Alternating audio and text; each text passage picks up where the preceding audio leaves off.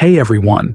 You know, I've been sitting here for about 20 minutes just trying to figure out how to start this video, because today I want to talk about something really personal, something that I know so many of you are going through, but maybe don't feel comfortable talking about: financial anxiety. That pit in your stomach when you think about money. That voice in your head that never stops calculating, never stops worrying, never stops reminding you that you're probably not doing enough, saving enough, earning enough. I've been there. I am there. And if you clicked on this video, you probably are too.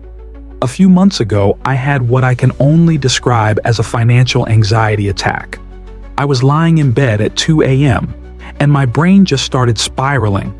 I started calculating how much I'd spent on groceries that week, how much my rent was going to be next month, whether I should cancel my gym membership to save $30, whether that $30 would even matter in the grand scheme of everything I owe and everything I need to save for. And then I started thinking about retirement. I'm 27, and I'm having panic attacks about retirement because someone told me I should have saved $100,000 by 30, and I have definitely not that. I realized I wasn't just anxious about money. I was anxious about my entire future, my worth as a person, whether I was failing at this whole being an adult thing that everyone else seemed to have figured out. So today, I want to share some of those thoughts with you. Not because I have all the answers, I definitely don't, but because I think sometimes we need to know that we're not alone in this, that the anxiety, the shame, the constant worry, it's not just you. The 3 a.m. math sessions. Can we talk about those late-night mental calculations? Because I know I'm not the only one who does this. It usually starts innocently enough. I'm trying to fall asleep, and then my brain is like, hey, remember that $12 you spent on lunch yesterday? Let's think about that. And suddenly, I'm wide awake calculating whether that $12 could have gone toward my emergency fund instead. Then it escalates. If you spent $12 on lunch, and you do that twice a week, that's $24 a week, which is $96 a month, which is $150 a year. Do you know what you could do with $150? And then I'm lying there at 3 a.m. mentally reorganizing my entire budget, wondering if I should meal prep every single meal for the rest of my life, calculating how many years it would take me to save for a house down payment if I never bought lunch again. But here's the thing that really messes with your head. Even after all that mental math, even after promising yourself you'll pack lunch every day and never spend money on anything unnecessary ever again, you wake up the next morning and the anxiety is still there. Because it was never really about the $12 lunch. It's about feeling like you're one small mistake away from financial disaster. It's about feeling like everyone else learned some secret about money that you missed. It's about feeling like you're falling behind in a race you didn't even know you were running. I remember the first time I had to ask my parents for money as an adult. I was 24, fresh out of college, and my car broke down. The repair was going to cost $800, which might as well have been $8,000 for how possible it was for me to come up with that money. I sat in my car in the mechanic's parking lot and cried. Not just because of the money, but because I felt like such a failure. Here, I was a college graduate with a job, and I couldn't handle an $800 emergency. I felt like I was proving every stereotype about my generation, right? That we're irresponsible, that we can't handle real life, that we expect everything to be handed to us. The call to my parents was one of the hardest things I've ever had to do. Not because they wouldn't help. They would, and they did. But because I felt like I was admitting that I was failing at being an adult. My mom was so kind about it. She said, "Honey, this is what family is for. We've all been there." But I couldn't shake the feeling that they hadn't been there, not really. When their car broke down in their 20s, they could afford to fix it. When they needed money, they had savings. It took me a long time to realize that my parents started their adult lives in a different economy. When they were 24, you could work a part-time job and pay for college. When they were looking for apartments, rent was 15–20% of your income, not 40–50%. But in that moment, sitting in that parking lot, all I felt was shame. The grocery store, anxiety, 7–30–10–00. You know what's wild? I used to love grocery shopping. I'd wander the aisles, try new things, cook elaborate meals for friends. Now grocery shopping gives me anxiety. I have this routine now. Before I go to the store, I make a list. Not just any list. I organize it by section of the store to be efficient. I estimate how much everything will cost. I check my bank balance.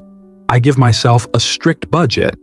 And then I get to the store and everything costs more than I remembered. The chicken is $2 more per pound. The vegetables I wanted are out of season. The pasta sauce I usually buy is on sale, but only if you buy 3. And do I have room in the budget for 3? I stand in the pasta sauce aisle for 5 minutes doing math in my head. If I buy 3 now, I'll save money in the long run, but I'll go over budget today. If I just buy 1, I'm spending more per unit, but I'll stay under budget this week. Pause, slightly emotional. And meanwhile, there are people around me just throwing things in their cart, not checking prices, not calculating, not standing in the cereal aisle with their calculator app open trying to figure out the cost per ounce. I watch them and I think, what must it be like to not have to think about every single purchase? The worst part is when I get to the checkout and it's more than I expected. That moment of panic when the total comes up and it's $87 instead of $75, and you're mentally going through your cart wondering what you can put back without holding up the line. I've put back items at checkout more times than I can count. Usually it's something small, a candy bar, a magazine, fancy bread instead of regular bread. But the shame of doing it, it feels like everyone is watching. Everyone is judging. Everyone knows you can't afford your groceries. Instagram is basically a financial anxiety machine. Like I follow this girl from college, let's call her Emma, and her apartment is straight out of a Pinterest board. Exposed brick, massive windows, plants thriving like they're paid rent, and a kitchen island bigger than my entire kitchen. Meanwhile, I'm splitting a tiny 2-bedroom in a not-so-cute part of town. I started doing full-on detective work, checked her LinkedIn, Googled her salary range, even pulled up apartment listings to guess her rent. Eventually, I found out her parents bought the place. She pays way below market.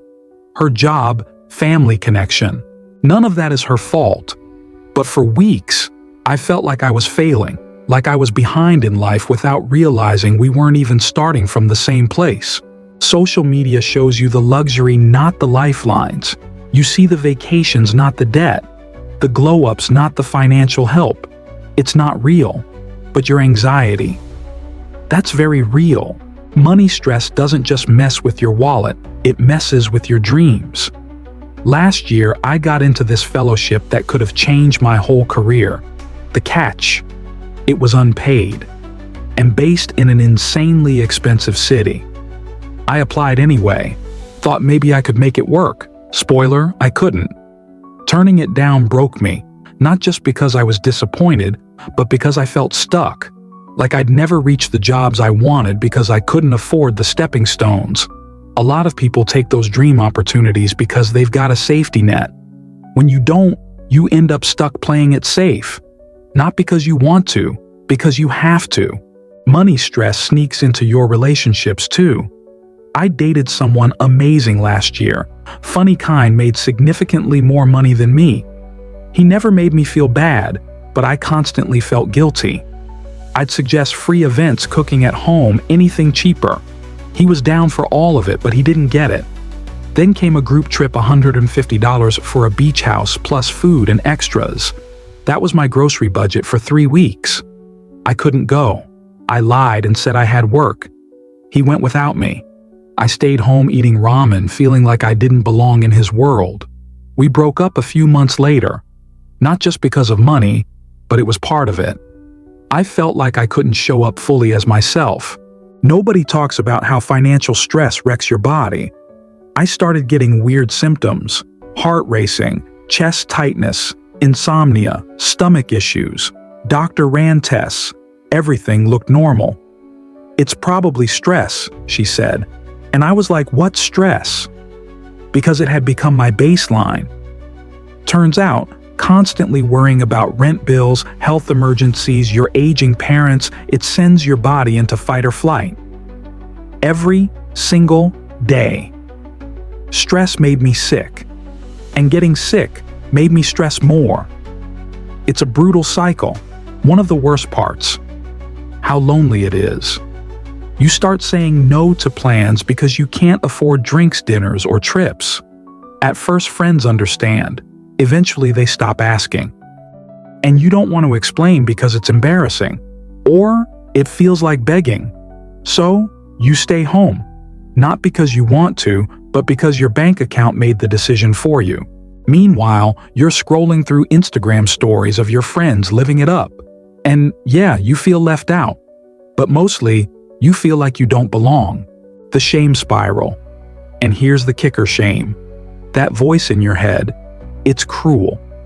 If you were smarter, you'd be doing better. They're not lucky, they just work harder.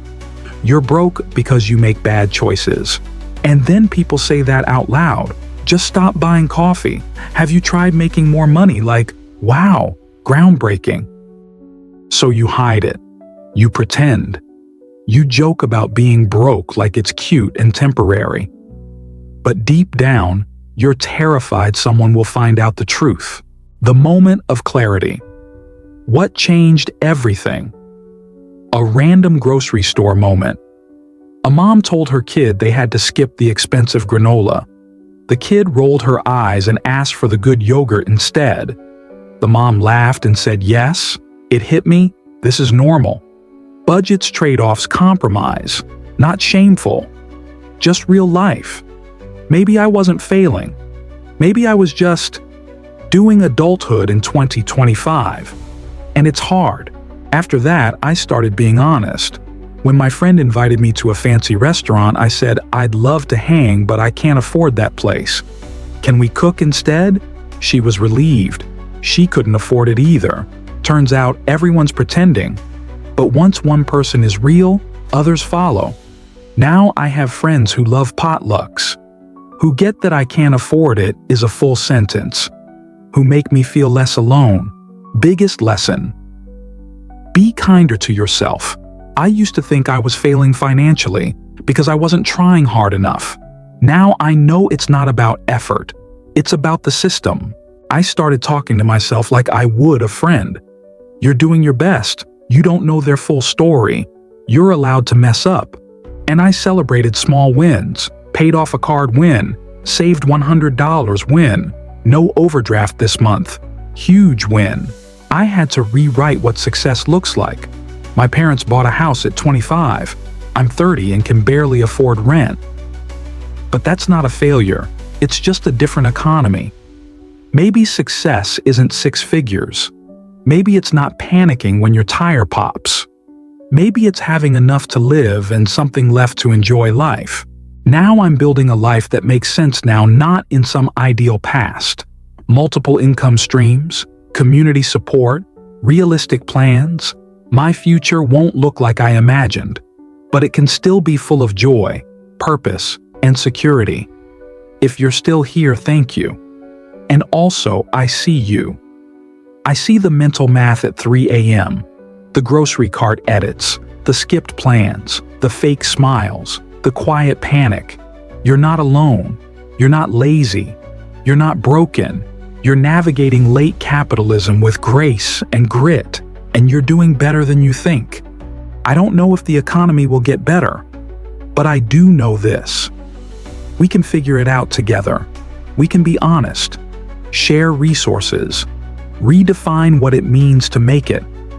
Even if our financial futures look different from the past, they can still be good, still be enough. Let's keep talking, keep supporting, keep showing up with compassion, because this is hard, but we're not alone, and that changes everything. Thank you for spending your time here with me today. I truly appreciate you being part of this little corner of peace we're building together. If this video brought you comfort or inspired you in any way, please give it a like, subscribe to join our journey, and turn on the bell so you won't miss the moments we share next. Until then, take care of yourself, and I'll see you in the next one.